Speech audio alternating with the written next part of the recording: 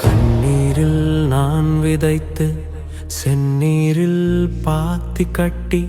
அறுவடையால் சிறகடித்து பட்ட கஷ்டம் போதும் என்று வண்டி பூட்டி கடந்து சென்று பெத்த புள்ள கல்யாணத்தை பார்த்துடலாம்னு ஓடி ஓடி மூட்டை 100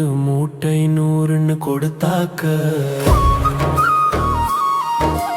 10 ரூபா கொடுத்து புட்டு பசியால் நொந்து வெந்த வைத்த பத்த வச்சானே